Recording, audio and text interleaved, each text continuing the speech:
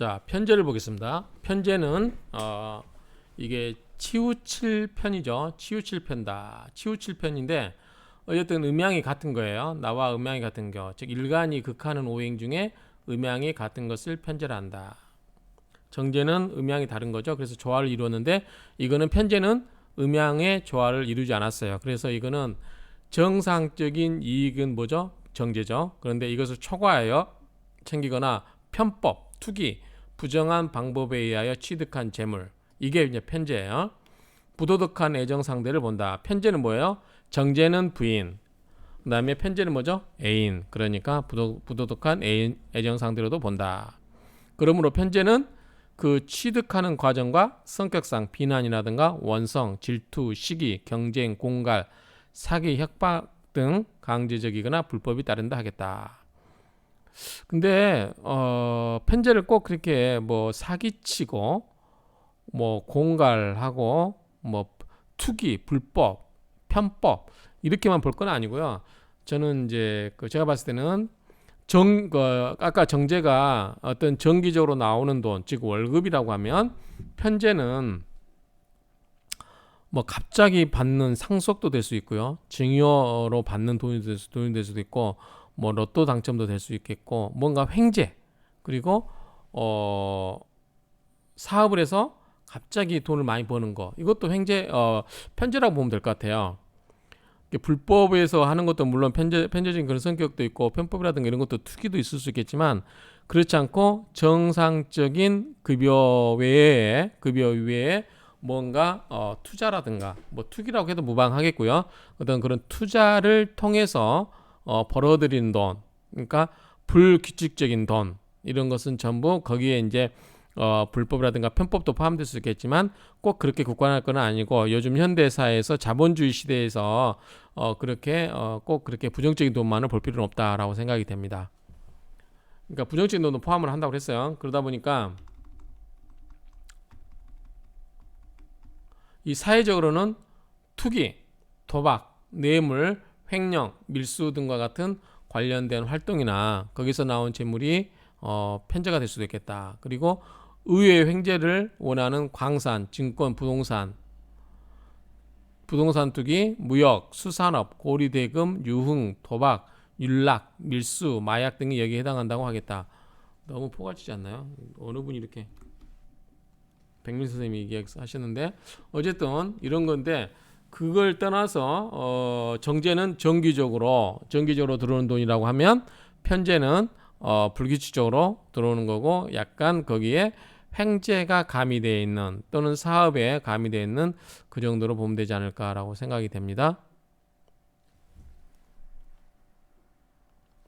편제는 남자에게 있어서는 아버지와 자 이거는 여자인데 이건 뺄게요. 왜냐하면 이건 지금 음양을 구별을 안 했어요. 그래서 음양을 구별 안 했기 때문에 이걸 빼고 음양을 가미해서 할게요. 편제는 남자에게는 아버지와 첩. 요건 이해되시죠? 아까 남자에게는 아버지와 첩이 편제였고 또 처의 형제들도 의미합니다. 왜냐하면 처가 정제인데 처의 형제들을 편제로 볼 수 있을까요? 한번 볼까요?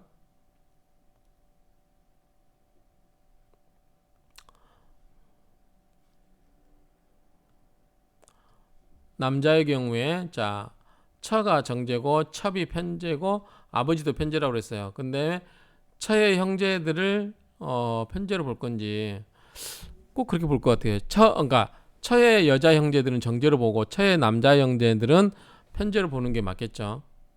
그렇게 봐야 되나요? 어쨌든 처는 정제, 아버지는 편제. 그다음에 애인도 편제. 그러니까 아버지와 애인을 편제로 보는 게 맞겠죠.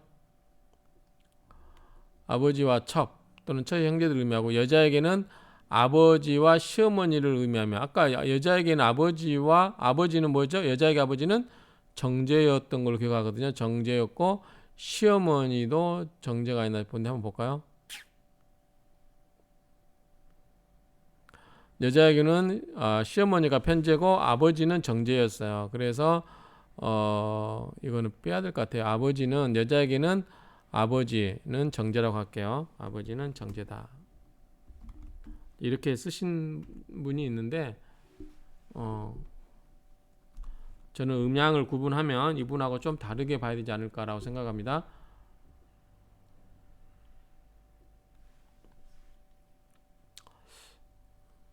이것도 한번 같이 볼게요. 사주정설에 있는 내용인데 어쨌든 여자에게는 아버지는 정제고 시어머니는 편제가 많다. 그리고 시주에 있는 편제는 손자를 의미한다 라고 되어 있는데 이것도 한번 볼게요. 자, 시주에 있는 편제, 시주에 있는 편제는 어떻게 된가? 자, 편제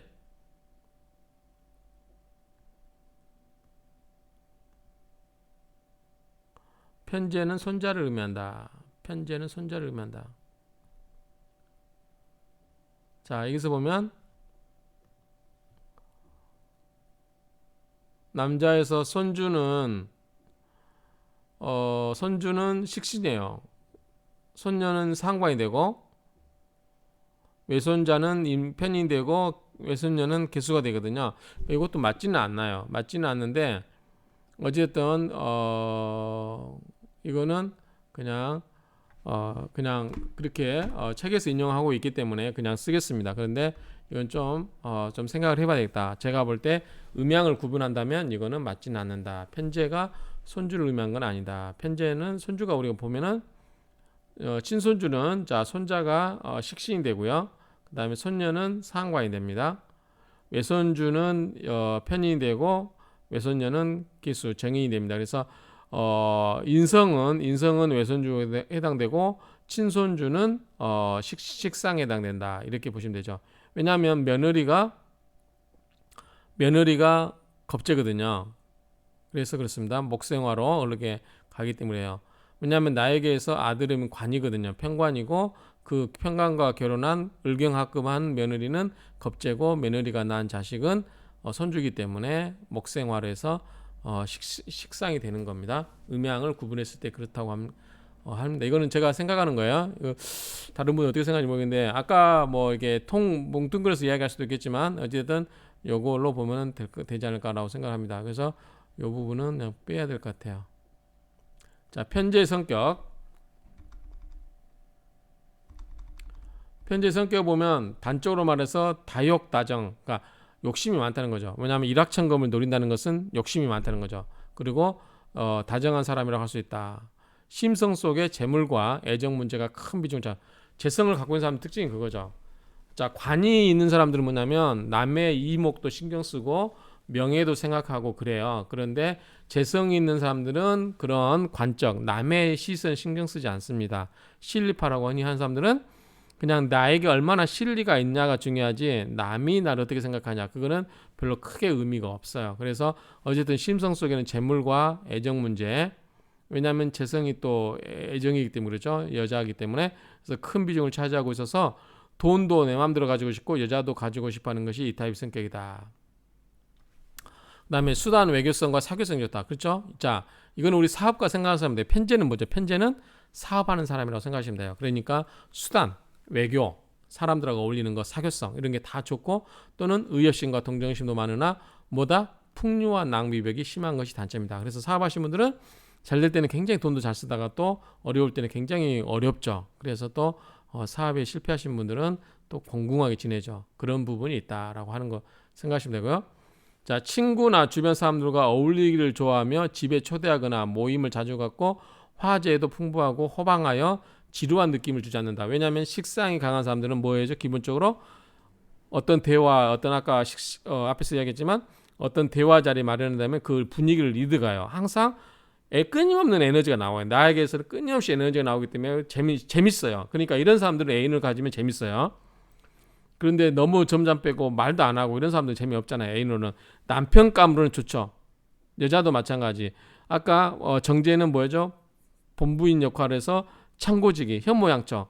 그다지 재미는 없을 수 있어요. 근데 여우 같은 애인은 재밌죠. 살살 말도 잘하고 애교도 떨고 하니까. 그런데 거기에 빠지면 내 재물이 싹 빠져나가는 거죠. 그런 것처럼 뭐든지 하나가 모든 게 다 잘할 수 없어요. 그래서 이제 정제, 아까 이야기했잖아요. 목사님 그 이야기한 것처럼 목사님 입에서 그런 말하기 쉽지 않잖아요. 자기 며느리한테 큰 며느리한테 밤에 요부가 되는 소리가 쉽지 않죠. 그런데 그렇게 하라는 거죠. 왜냐하면 자기 아들이 또 목사이기 때문에 그래요. 그래서 이제 경계를 하는 거죠. 이제 또 남자라는 게 또 재미가 없으면 딴 데 눈을 돌릴 수 있기 때문에 목사로서는 그러면 안 되기 때문에 이 자기 아들을 잘 부탁한다는 뜻으로 그렇게 이야기를 했겠죠. 어쨌든 재밌어요. 식상이 강한 사람들은 지루하지가 않아요. 그렇기 때문에 항상 그런 사람을 애인으로 두는 게 좋다 말이죠. 그래서 친구나 애인으로 사귀기는 최상의 타입이다. 그렇죠? 또 의리를 중히 여기고 재물을 가볍게 생각해 남에게 돈을 잘 빌려주기도 하고 또 금전융통도 잘하고 돈도 잘 빌려오고 잘 빌려 쓰고 잘 주기도 하고 그렇다고 재물이 많고 재복이 좋은 것은 아니다. 오히려 한 방에 가는 수가 있죠. 편제는 벌 때는 많이 벌지만 또 갈 때는 한 방에 가는 거예요. 그래서 이럴 때 우리가 이제 상담 오면 그래요. 돈을 벌 때 부동산에 묻어둬라. 특히 땅 같은데 그러면 돈이 잘 벌 때는 땅에다 묻어두고 또 가끔 하다 사업하다 보면 쫄딱 망할 수도 있잖아. 그때 요긴하게 쓸 수 있어요. 그런 재물들을 요긴하게 쓸 수 있다. 그러니까 우리가 인생에 이제 상담하다 보면 코치가 그런 코치를 해줘야지 뭐 겁박하고 안 좋다 이런 말 할 필요는 없죠.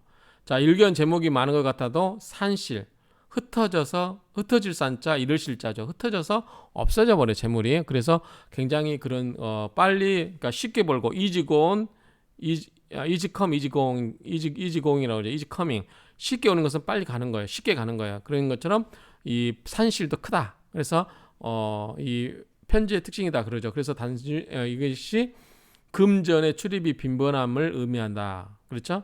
그래서 그게 모이지게 하려면 어떻게 된다? 현금으로 많이 갖고 있으면 어떻게 돼요? 돈이 빨리 없어져. 그럼 어떻게 되는데? 땅에 묻어두라. 부동산에 투자해라. 이렇게 이야기해요. 그래서 뭐 수익형 부동산, 상가라든가 오피스텔 뭐 이런 것에 쉽게 이제 환금할 수 있는 것도 있고 또는 땅에 묻어두면 쉽게 돈이 없어지지 않는다. 이렇게 생각하면 되겠죠. 한편 겉보기에는 금전에 대한 집착이 없고 해픈 것 같지만 절대로 그렇지만 않다. 도리어 남보다 몇 배 금전에 대한 집착이 강하고 수단이 있지만 노출을 시키지 않을 뿐인데 이런 타입의 사람은 자기의 이익권 쟁취를 위해서는 타인의 입장이나 체면 같은 것은 아예 안중에도 없다. 자기 이익을 위해서는 수단 방법을 가리지 않게 된다. 그래서 비난의 대상이 된다. 또 편제는 다정다감하기도 하고 친구로서 사귀는 좋으나 다소 말이보다 해프다. 왜? 말이 많잖아요. 그래서 이런 경우는 어느 정도 그 사람의 좀 약간 할인해서 들을 필요가 있다. 약간 과장도 심하고 그렇기 때문에 그렇다는 거죠. 자, 주의하지 않으면 남녀 모두 사치나 유흥, 이성, 도박의 문제로 말썽을 일으킬 수가 있다. 그렇죠? 자, 원래 재성은 금전과 여자를 의미하는데 편제는 그 성향이 두드러지기 때문에 남성의 경우는 돈도 있고 여복도 있다 하겠으나 여성의 경우는 돈은 있으나 남편의 운이 약해질 수 있다. 왜 그러죠? 식극관 또는 상관이 뭐죠? 자, 남성의 경우는 돈이 있고 그런데 재성이 그러면 재성관으로 생을 해주죠. 자, 여성의 경우는 자 편제이기 때문에 이게 동이 안정되지 않아요. 그래서 이 재생관으로 해주긴 하지만 꼭 그렇지 않을 수도 있다는 얘기죠. 보시면 자